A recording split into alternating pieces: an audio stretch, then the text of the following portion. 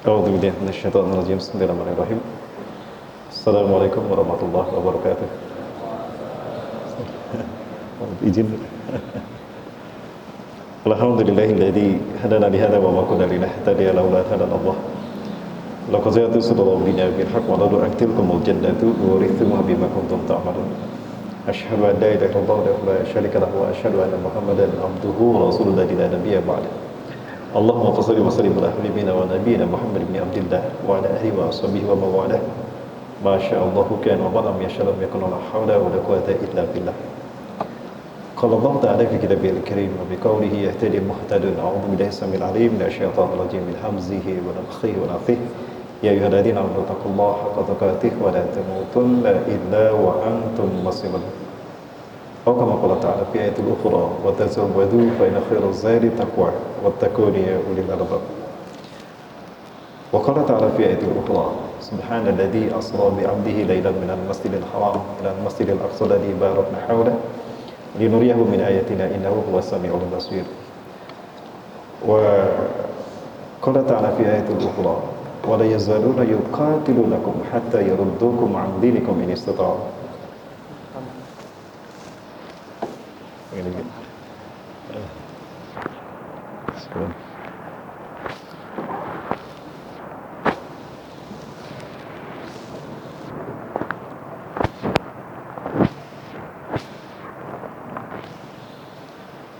Waqala Rasulullah SAW wa huwa shadiqul wa'dil amin la tushaddu rihal ila thalathatin masajid al-masjidil haram wa masjid Rasul SAW ay al-masjidin nabawi wa masjidil aqsa al-hadis kama qala sadaqallahu al-azim wa sadaqa rasulul karim wa nahnu ala dzalika minasy syahidin. Puji-puji dan syukur kita aturkan kehadirat Allah Subhanahu wa taala pada kesempatan malam hari ini. Dengan izin Allah Subhanahu wa taala semata kita bisa bermuwajah setelah ba'da salat maghrib ini kita berkumpul dalam kajian, mungkin kajian safari dakwah kami. Saya bersyukur pada Allah Subhanahu wa taala malam hari ini Allah takdirkan bisa sampai di masjid ini, sesuatu yang belum pernah saya bayangkan sebelumnya kalau saya harus berada di sini malam hari ini. Memang begitu indah takdir Allah Subhanahu wa taala hadir dalam kehidupan kita manakala kita mampu menapaki hikmah-hikmahnya. Maka sekali lagi ini merupakan sebuah karunia yang besar bagi saya pribadi dan juga kehormatan bagi kami. Saya bersyukur pada Allah dengan sebaik-baik syukur padanya. Semoga ini menjadi bagian dari hikmah yang Allah berikan pada kita hari ini. Amin ya rabbal alamin. Salawat dan salam semoga tercurah pada uswah dan qudwah kita Rasulullah Muhammad sallallahu alaihi wasallam. Nabi dan Rasul sebaik-baik makhluk dan sebaik-baik Nabi dan Rasul yang diutus ke tengah-tengah umat manusia di muka bumi ini. Seorang Nabi yang membuat kita bangga menjadi umatnya. Kenapa demikian? Banyak keutamaan Allah berikan kepada kita hanya karena kita menjadi umatnya. Yang pertama, sebab Allah mencintai beliau, Allah lipat gandakan pahala amal ibadah kita. Mulai dari membaca Quran, melaksanakan salat, bahkan melaksanakan ibadah saum. Ya, Rasulullah SAW mengatakan, "Du'ifa ajru amali ummati ila asyrati dirafin." Pahala amal ibadah umatku dikali lipat 10 kali lipat. Ya. Kemudian kita juga bangga menjadi umat Rasulullah SAW karena Allah Azza wa Jalla tidak akan menyiksa umatnya, umat beliau di akhirat kelak. Sebagaimana Rasulullah sabdakan, "Ummati hadhihi ummatun marhumatun, laisa laha iqabun fil akhirah, lakinna iqabuha ujilat fid dunya." Umatku tidak akan disiksa di akhirat, tapi siksaannya Allah segerakan di dunia.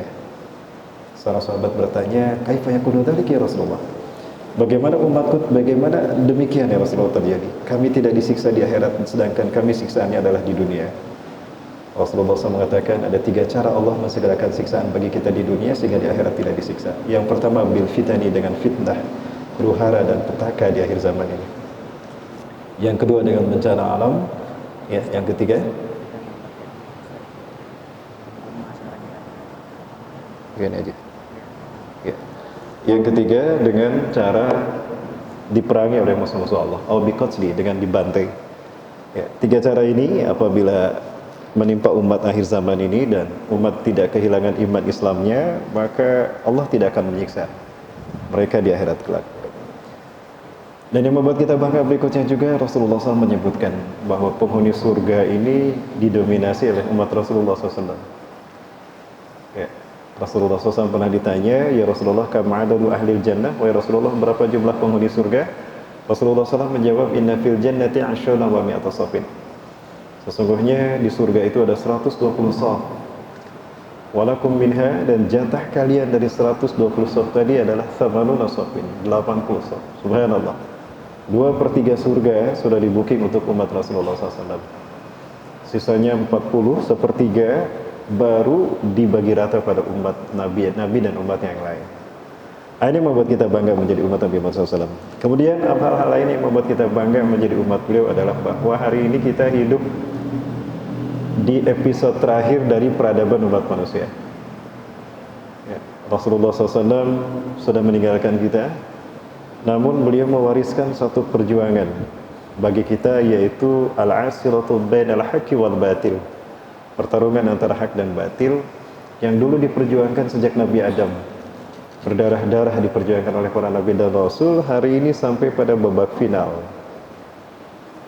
Berbicara sebuah pertandingan, maka yang ditunggu-tunggu bukan babak penyisihan, bukan babak semifinal, tentunya babak final.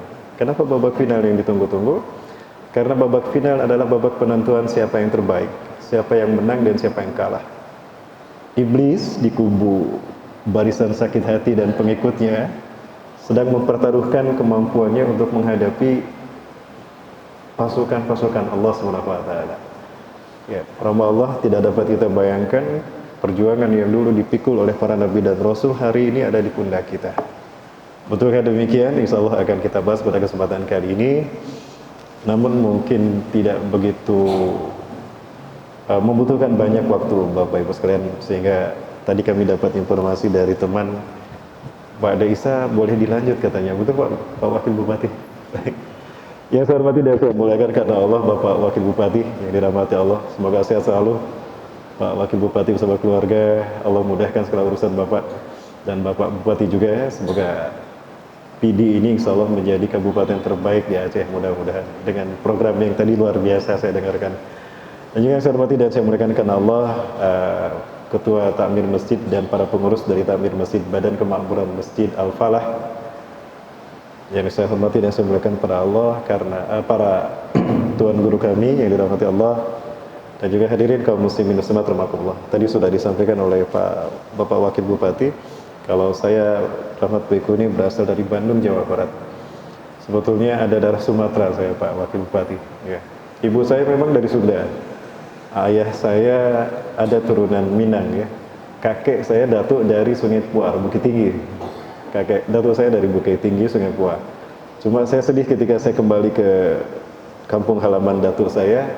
Garis keturunan di Minang itu dari ibu, dilihat dari ibu. Ibu saya orang Sunda.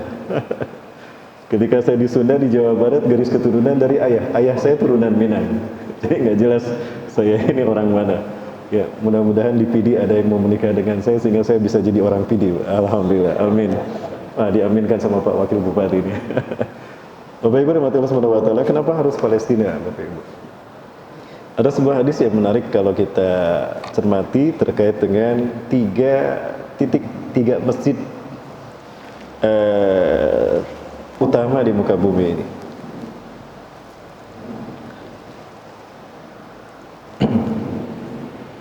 Yang pertama Masjidil Haram, yang kedua Masjid Nabawi, dan yang ketiga Masjidil Aqsa. Ada sebuah hadis yang saya temukan dari Abu Hurairah radhiyallahu anhu, ya, sahabat Rasulullah yang paling banyak meriwayatkan hadis Rasulullah. Kalau tidak salah ada 5.364 hadis yang beliau riwayatkan. Sahabat yang dulu bernama Abdul Syamsi bin Sakhar masuk Islam kemudian berubah nama. Rasulullah mengganti namanya menjadi Abdurrahman bin Sakhar.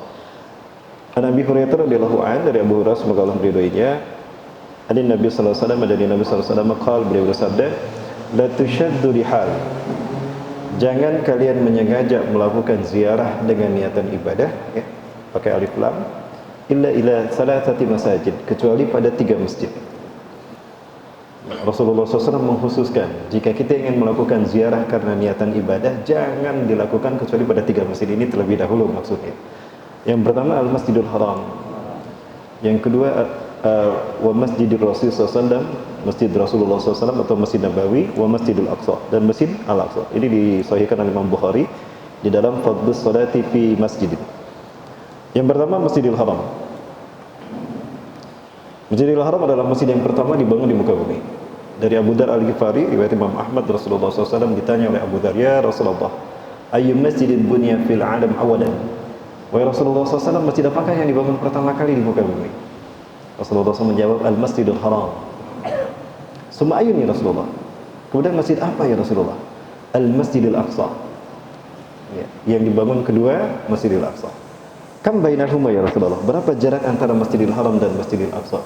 Ya, 40 tahun. Kedua-duanya dibangun oleh Nabi Adam, dibimbing oleh malaikat Jibril atas perintah Allah. Yang pertama Masjidil Haram. Kenapa dinamakan Masjidil Haram? Menarik kalau kita lihat apa yang dinukilkan oleh Imam As-Sa'labi rahimahullah di dalam kitabnya Ar-Ra'isul Majalis. Ya. Di sana Allah Azza wa Jalla berfirman pertama kali perintah kepada Nabi Adam. Kita tahu Nabi Adam diturunkan di fi makanin a'la fawqal ardi, di tempat tertinggi di muka bumi. Para ahli sejarah sepakat tempat tertinggi itu adalah Hindustan, India. Jadi ada kemungkinan memang Nabi Adam pernah mengembara ke Indonesia.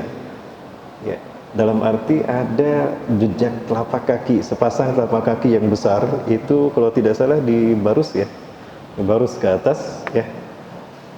Itu kemungkinan apakah itu jejak telapak kaki Nabi Adam bisa jadi, wallahu a'lam. Karena Nabi Adam tinggi. Disebutkan tinggi Nabi Adam arba'un zira, 40 hasta, 27 meter. Ya, tinggi Nabi Adam. Nabi Adam diturunkan di Hindustan, ya ada yang menyebutkan di Nepal. Siti Hawa diturunkan di Jazirah Arab yang kemudian diberi nama Jeddah, terpisah 100 tahun.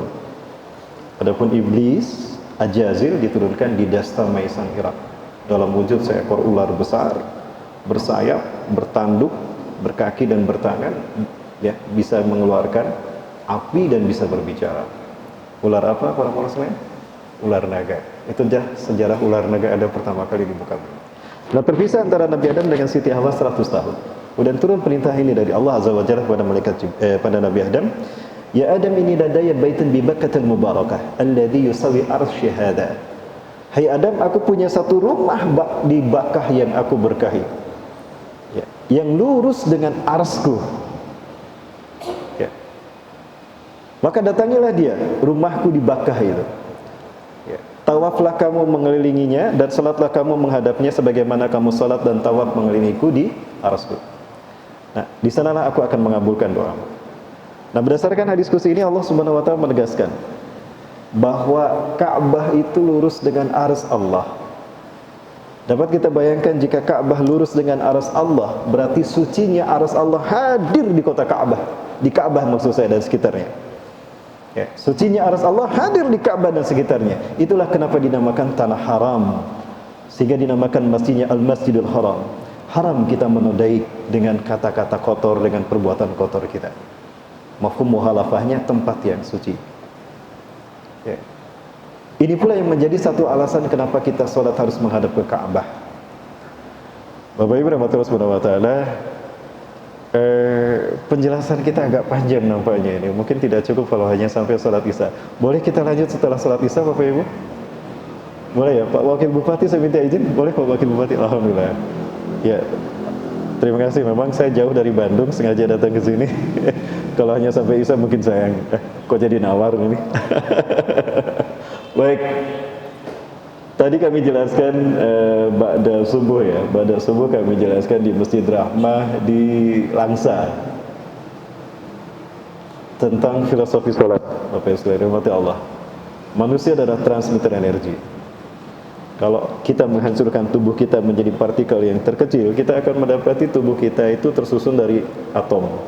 Atom ada 3 unsurnya. Ada elektron yang berputar mengelilingi nukleus, berlawanan dengan arah jarum jam. Selama kita hidup, selama ada ruh, elektron itu berputar. Inilah hukum kekekalan energi. Kemudian inti nukleus ada proton dan neutron. Selama kita hidup ini berputar. Itulah energi.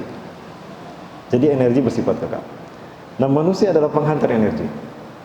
Kalau kita berjalan di depan ada pertigaan, ketika kita belok kanan, ketika belok kanan kita berpapasan dengan UAS misalnya, dengan Ustadz Abdul Somad. Perasaan apa yang muncul dalam hati kita? Senang. Bahkan saking senangnya keluarkan HP, Ustadz selfie sebentar, gitu ya. Perasaannya senang. Namun lain halnya ketika kita belok kiri, ternyata di sebelah kiri ketika kita belok kiri berpapasan dengan seorang preman. Mukanya menyeramkan, penuh dengan tato, dan belum pensiun premannya. Karena kalau premannya pensiun ada di masjid biasanya. Perasaan apa yang muncul dalam hati kita? Takut. Kok bisa berbeda? Bertemu UAS senang, bertemu preman takut. Energi, aura. Ketika orang beriman penuh dengan amal soleh dan kebaikan, auranya positif, energinya positif, maka penerimaannya pun positif. Ketika bertemu dengan orang yang tanda petik banyak kejahatannya, banyak dosanya, maka auranya negatif, penerimaannya pun negatif. Itu energi. Tahukah kita bahwa ketika kita sholat sebetulnya kita sedang laporan kepada Allah sehari semalam 5 kali, kita mengirimkan iman Islam kita dalam bentuk gelombang energi. Allahu Akbar. Ketika sholat kita khusyuk, maka energi kita sampai ke Ka'bah. Beda halnya kalau kita tidak khusyuk, mau ke masjid karena jauh pakai motor, kuncinya hilang, belum ketemu musuhnya. Lari ke masjid ternyata masbuk. Gara-gara kunci motor saya masbuk. Begitu Allahu Akbar ingat kunci motor ada di sana. Fisiknya di masjid, jiwanya masih keliling cari kunci motor di rumah. Itu belum khusyuk namanya. Bapak Ibu Allah Subhanahu wa taala. Kemudian satu keajaiban dari Allah Subhanahu wa taala. Azan tidak pernah berhenti setiap detik. Betul? Ketika di Indonesia adzan subuh nyambung, Malaysia adzan subuh, kemudian Thailand adzan subuh, Myanmar adzan subuh, Bangladesh, terus Pakistan, sampai kemudian ke Irak, sampai ke benua Atlantika.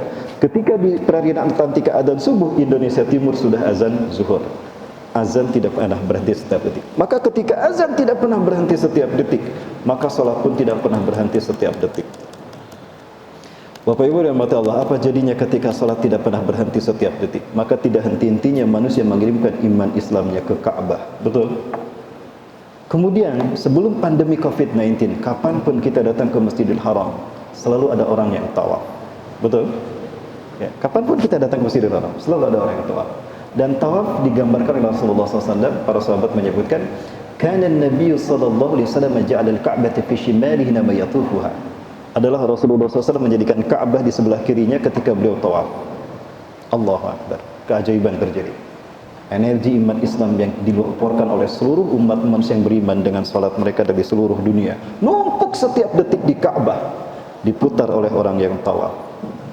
Apabila ada energi bertemu dalam satu titik, diputar berlawanan dengan arah jarum jam atau searah dengan arah 4 jari, maka akan terjadi lompatan energi yang arahnya ditunjukkan ibu jari kita. Maka kemana energi iman Islam manusia terkirimkan? Ke arsy Allah. Itulah kenapa solat menjadi rukun Islam yang kedua, parameter benar tidaknya syahadat manusia secara individual. Dan kenapa haji menjadi rukun Islam yang kelima, parameter tauhid manusia secara komunal. Fitnah Dajjal dahsyat luar biasa. Mereka menghancurkan, fitnah Dajjal menghancurkan salat berjamaah karena COVID-19 dan juga haji dan umrah secara komunal. Gara-gara COVID-19 salat kita ada protokol kesehatannya. Punten Pak Magub. Jaga jarak. Maksud saya kita tidak bisa sempurna. Bahkan haji dan umrah pun dibatasi. Bapak Ibu rahmati Allah. Ketika energi sholat tadi diputar oleh orang, terlemparlah energi tadi. Ya, 1 keliling kita tawaf, 1 lapis langit terlewati. 7 keliling kita tawaf, 7 lapis langit terlewati dengan iman Islam kita. Maka sampailah energi iman Islam kita kepada Allah. Itulah kenapa kalimat talbiyah yang kita ucapkan ketika kita melaksanakan haji atau umrah. Labbaik Allahumma labbaik. Kami datang memenuhi panggilan-Mu ya Allah. Dan kenapa Rasul Islam mensyariatkan kita paling tidak sekali seumur hidup kita ibadah haji? Kita kirimkan iman Islam yang kita tabung ke Ka'bah sana oleh kita sendiri. Allahu Akbar. Kemudian ketika kita tawaf, kita disunnahkan untuk mencium Hajar Aswad atau istilam. Bismillahirrahmanirrahim. Apa hubungannya ibadah tauhid dengan mencium Hajar Aswad? Hajar Aswad, kalau kita baca sejarahnya, ternyata pertama kali diterima Nabi Ibrahim warnanya putih, tidak hitam. Warnanya putih. dan dia disinyalir berasal dari luar gas kosmos kita, kemungkinan dari Matlaul A'la, tempat yang tinggi, berwarna putih dan memancarkan gelombang radiasi pendek pada setiap permukaan dia. Gelombang radiasi itu diteliti oleh ahli fisika yang pernah meneliti batu Hajar Aswad, itu terpancar sejauh 10.000 kaki. Satu kaki 33 cm, berarti 3,3 km, ibarat lampu yang memancarkan cahayanya sejauh 3,3 km. Apabila ada benda tersentuh oleh gelombang radiasi Hajar Aswad, maka dia terekam wajahnya di batu tadi. Maka ketika kita mencium Hajar Aswad, wajah kita terekam oleh Hajar Aswad. Makin banyak Hajar Aswad merekam wajah manusia, makin hitam warnanya. Itulah dinamakan Hajar Aswad. Allah. Imam Asy-Syafi'i rahimahullah menyebutkan dalam kitabnya kalau tidak salah Al-Um, bahwa nanti di Yaumul Hisab Hajar Aswad akan memancarkan cahaya ke dinding, memperlihatkan wajah-wajah umat manusia. Ya Allah, inilah hamba-hambamu yang telah mendatangi Baitullahmu, memenuhi panggilanmu, menyempurnakan tauhid mereka dengan ibadah haji. Allahu Akbar. Sungguh sempurna syariat Islam itu. Inilah kedahsyatannya. Dan ini semua merupakan peradaban tauhid yang dimulai titik tolaknya oleh Nabi Ibrahim di Ka'bah, di Masjidil Haram. Ya, ini para muslimin rahmati Allah. Namun apa yang terjadi hari ini, para muslimin rahmati Allah? Ada satu hadis yang saya sendiri sekarang saya masih mencari di dalam kitab Imam As-Suyuti, kalau tidak salah jelaskan, tanda-tanda kiamat akan terjadi telah dekat adalah apabila bayang-bayang as'ah menutup Ka'bah. Wa qad adallatu sa'atul Ka'bah, dan bayang-bayang as'ah menutup Ka'bah. Pertama kali saya membaca hadis ini saya tidak paham apa maksud dari kata-kata hadis ini. Bayang-bayang as'ah menutup Ka'bah. Belakangan saya kaget ketika di Masjidil Haram setelah salat asar melihat bangunan pertama kali berdiri di tanah suci Mekah di luar Masjidil Haram. Merinding saya saat itu dan menangis. Ini barangkali yang dimaksudkan Rasulullah SAW dalam hadisnya. Bapak sekalian, inilah dia Zamzam Tower.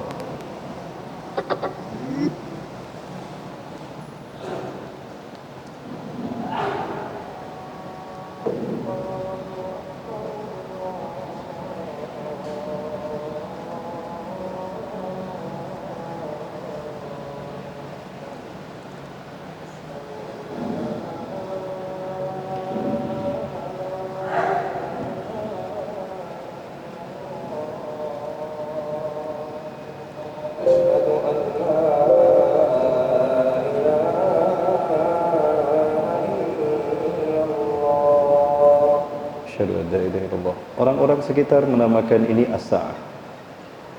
Inilah as-sa'ah itu. Allahu Akbar. Setelah saya menyaksikan itu, saya baru paham bahwa tanda dari kiamat telah dekat kepada umat manusia.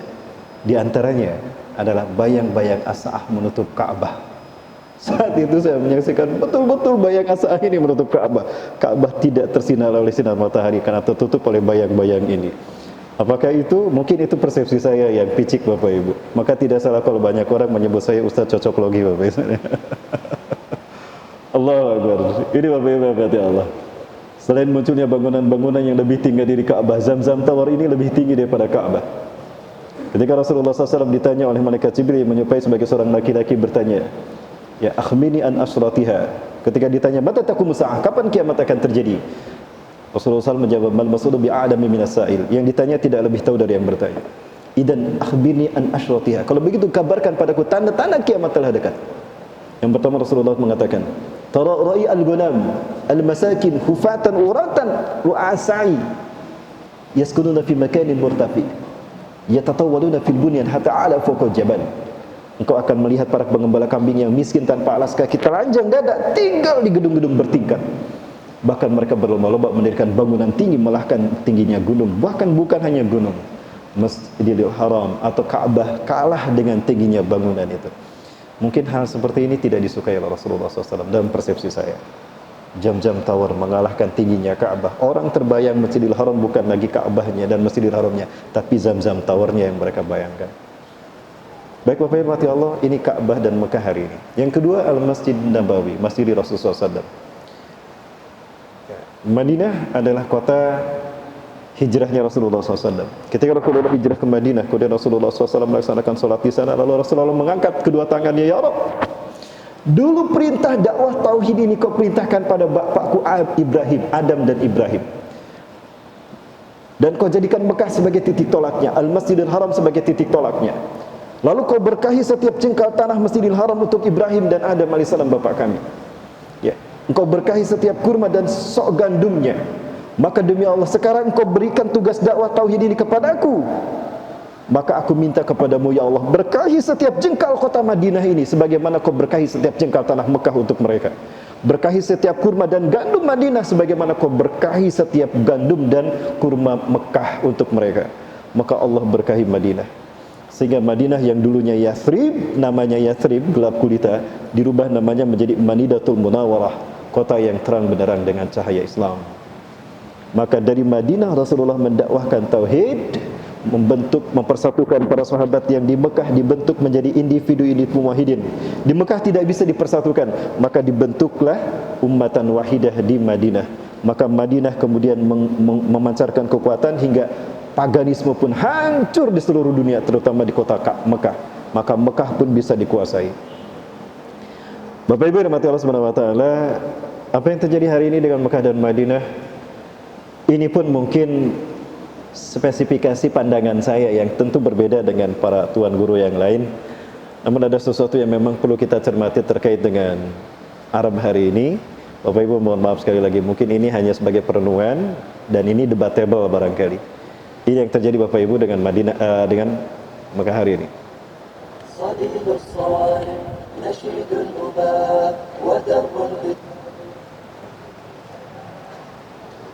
Fenomena yang saya sendiri merinding Bapak Ibu menyaksikannya. Dan tidak hanya ini, ada beberapa hal lain yang mungkin mengganggu pandangan saya ketika datang ke Masjidil Haram dan sepertinya tidak layak berada di tanah suci. Bapak Ibu rahmati Allah Subhanahu wa taala, Zionis Yahudi yang menjadi pengejawantah keinginan iblis dan Dajjal dalam program The New Order yang sekarang diganti nama dengan The New Normal. Mereka bergerak menguasai dunia dalam 3 ranah: simbol, ritual, dan arsitektur. Ya. Maka di dalam 3 ranah ini kita nyaris akan menemukan simbol-simbolisasi makar mereka dan propaganda mereka sekelas internasional. Maka tidak salah kalau ternyata Rasulullah SAW menyampaikan, innakum satagzuna jaziratal Arab wa yaftahuha Allah. Sungguh kalian akan memerangi jazirah Arab dan Allah akan memenangkannya untuk kalian. Ternyata bukan perang melawan Amerika atau melawan Rusia atau melawan negara-negara pembantai umat Islam, tidak. Tapi justru perang pertama ketika kepemimpinan Islam jatuh kepada tangan keturunan Rasulullah. Justru yang diperangi adalah dibersihkannya jazirah Arab dari kemunafikan dan kemusyrikan.